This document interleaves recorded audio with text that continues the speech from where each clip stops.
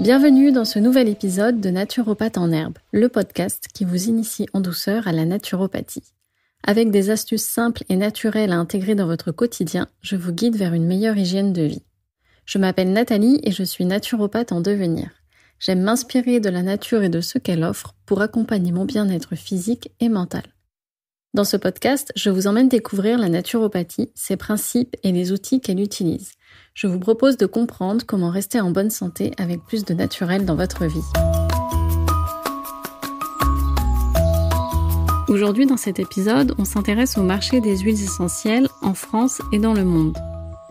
Les données sur lesquelles je m'appuie sont issues de 2 rapports établis en 2021 par PPAM de France, qui est le syndicat national de la filière des plantes à parfum. PPAM, ça veut dire plantes à parfum aromatiques et médicinales. Ces 2 rapports sont accessibles sur Internet dans leur entièreté et je vous mets les liens dans les notes de ce podcast. Le but de cet épisode, c'est de regrouper les quelques chiffres essentiels des volumes de production, des quantités, des volumes de vente pour comprendre en fait comment est le marché des huiles essentielles et aussi de situer les principaux bassins de production en France et dans le monde. Souvent, on aborde les huiles essentielles par leurs propriétés, par leurs bienfaits qu'elles ont pour notre corps. Et aujourd'hui, ce que je propose dans cet épisode, c'est une vision différente, c'est de les aborder plutôt par leur aspect financier, par leur aspect commerce. Alors, si vous êtes prêt à voyager dans les finances et dans l'import-export de flacons d'huile essentielle, c'est parti pour ce nouvel épisode. Avant de parler de volume et de montant de vente, je voudrais revenir sur donc le syndicat national PPAM de France pour définir un peu qui est ce syndicat, qui est-ce qu'il y a derrière. Donc PPAM de France, c'est le syndicat national de la filière des plantes à parfum aromatiques et médicinales. Il se découpe en 3 sections, les exploitants agricoles, les coopératives ou sociétés de première mise en marché et les transformateurs comme les distillateurs. C'est donc une union de professionnels qui va permettre d'agir sur les sujets qui préoccupent la filière.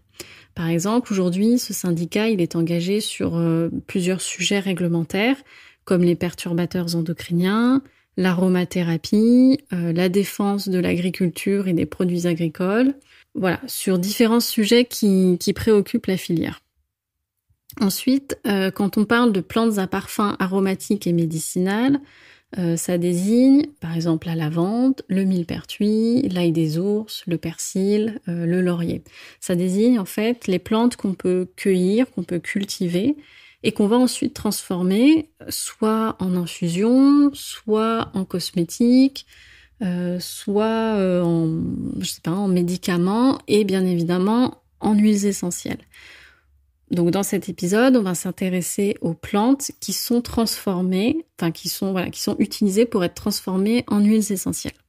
Alors, dans les 2 rapports que j'ai lus pour préparer cet épisode, les chiffres qui étaient donnés, ce sont donc des chiffres de vente ou des volumes de vente issus des pharmacies et des parapharmacies. Malheureusement, il n'y avait pas les chiffres pour les magasins bio.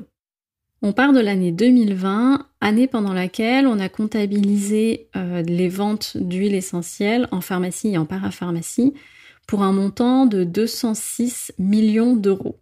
Donc ces ventes, elles regroupent des complexes d'huiles essentielles, donc des synergies par exemple pour vous aider à déstresser, pour aider à déboucher les voies respiratoires ou à donner une odeur un peu fraîche à votre intérieur.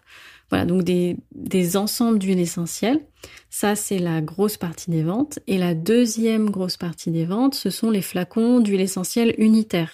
Donc c'est quand on achète un flacon, par exemple, d'huile essentielle de lavande vraie ou un flacon d'essence d'orange. Sur les ventes de flacons unitaires, les principales ventes, ça va être la lavande, le titri, donc arbre à thé, le ravinsara et la menthe poivrée.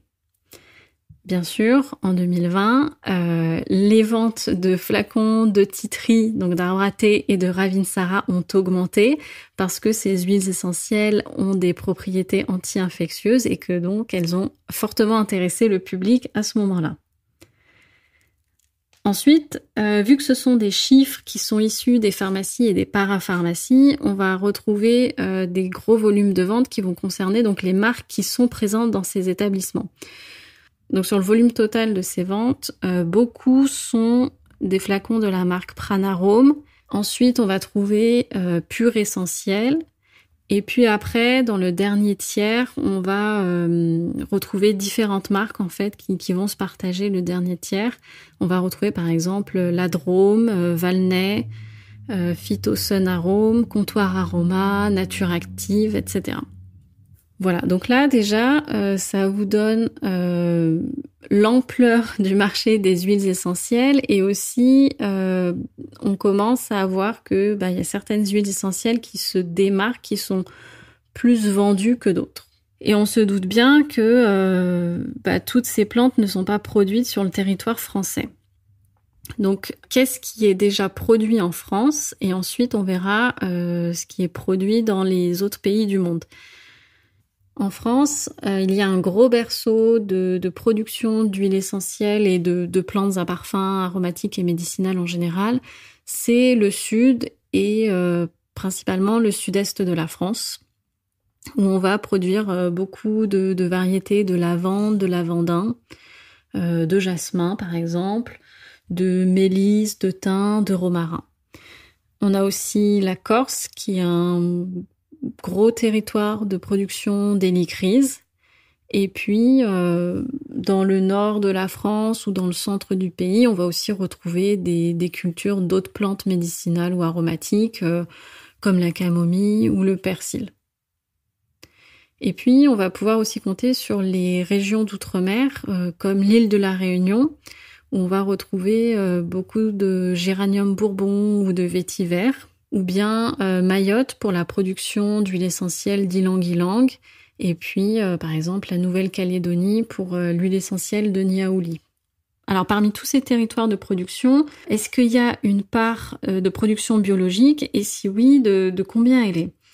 En 2007, on comptait à peu près 750 exploitations en bio, et en 2020, on est passé à 3600.